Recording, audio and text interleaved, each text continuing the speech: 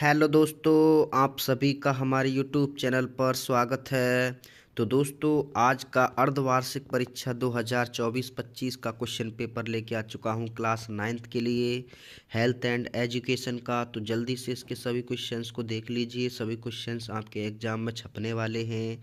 इसके सभी क्वेश्चंस के आंसर भी मैं आपको बता रहा हूँ, तो जल्दी से देख लीजिए। पहला क्वेश्चन है, भारत में दिए जाने वाला सबसे बड़ा पुरस्कार कौन सा है? तो भारत में सबसे बड़ा जो पुरस्कार दिया जाता है वो मेजर ध्यानचंद खेल पुरस्कार दिया जाता है। ऑप्शन बी इसका राइट आंसर हो जाएगा। लिब्रो शब्द किस खेल से संबंधित है? तो ये क्वेश्चन छपने वाला क्वेश्चन है, पूछा जाने वाला। तो वॉलीबॉल इसका राइट आंसर ऑप्शन बी हो जाएगा। राजस्थान का राजस्थान राज्य का खेल कौन सा है? बहुत ही इम्पोर्टेंट क्वेश्चन।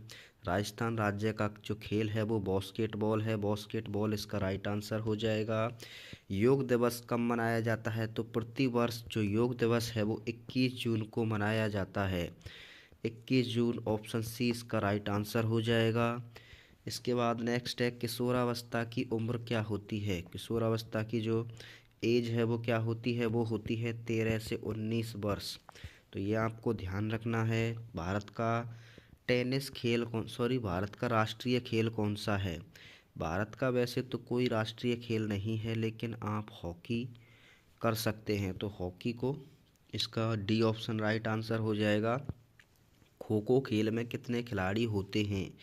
खो खो खेल में 9 खिलाड़ी होते हैं। तो ऑप्शन बी इसका राइट आंसर हो जाएगा, बा। नेक्स्ट क्वेश्चन है, आदर्श ट्रैक में कितने मीटर का होता है? आदर्श ट्रैक कितने मीटर का होता है?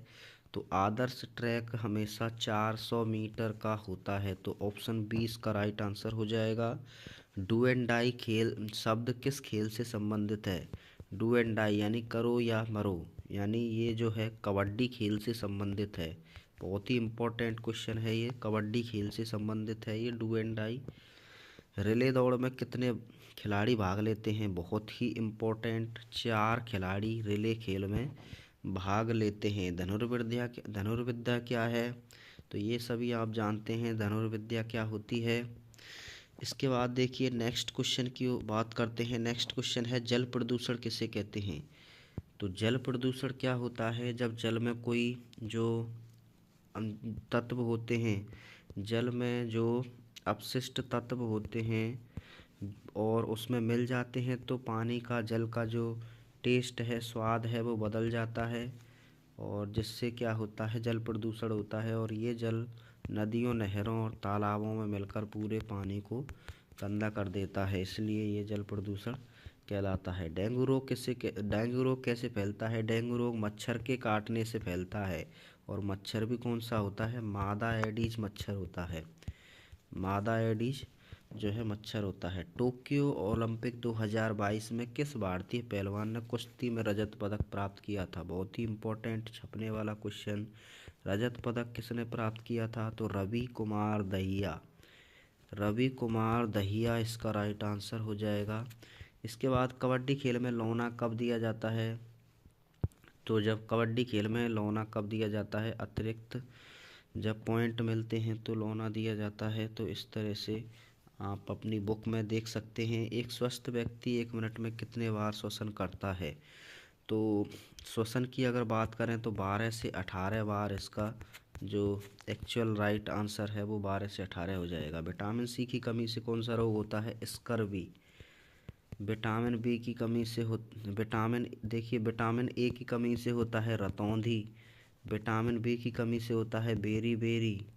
और विटामिन सी की कमी से होता है स्कर्वी। और कमेंट में बताइए विटामिन डी की कमी से कौन सा रोग होता है? कौन सा होता है? रिकेट्स होता है।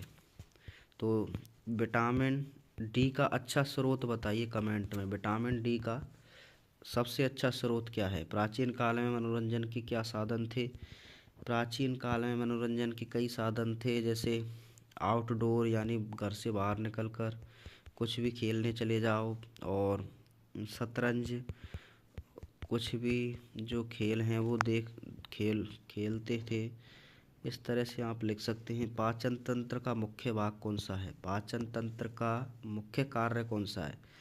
तो पाचन तंत्र का मुख्य कार्य भोजन को छोटे छोटे भागों में तोड़कर उसको पचाना और उससे मिलने वाली जो प्रोटीन, वसा और कार्बोहाइड्रेट है उसको पूरे अंग तक, पूरे शरीर के पूरे अंगों तक पहुंचाना होता है।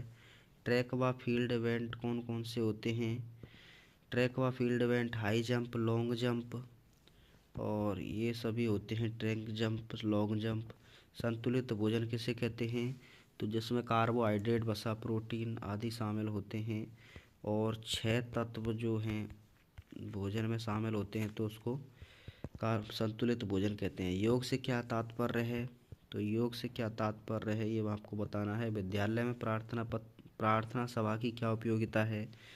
विद्यालय में प्रार्थना सभा की जो उपयोगिता है वो बहुत है। ईश्वर में ध्यान लगाने के लिए, मन को एकाग्र करने के लिए और पॉजिटिव थिंकिंग यानी जो सकारात्मक विचार उत्पन्न करने के लिए, इन सभी के लिए जो है प्रार्थना बोली जाती है। व्यायाम करते समय कौन कौन सी सावधानियां बरतनी चाहिए ये आपको लिखना है। किसी एक खेल के मैदान का चित्र बनाना है। तो कोई भी एक खेल आपको याद है उसको आपको जो है कॉपी पर बनाना है।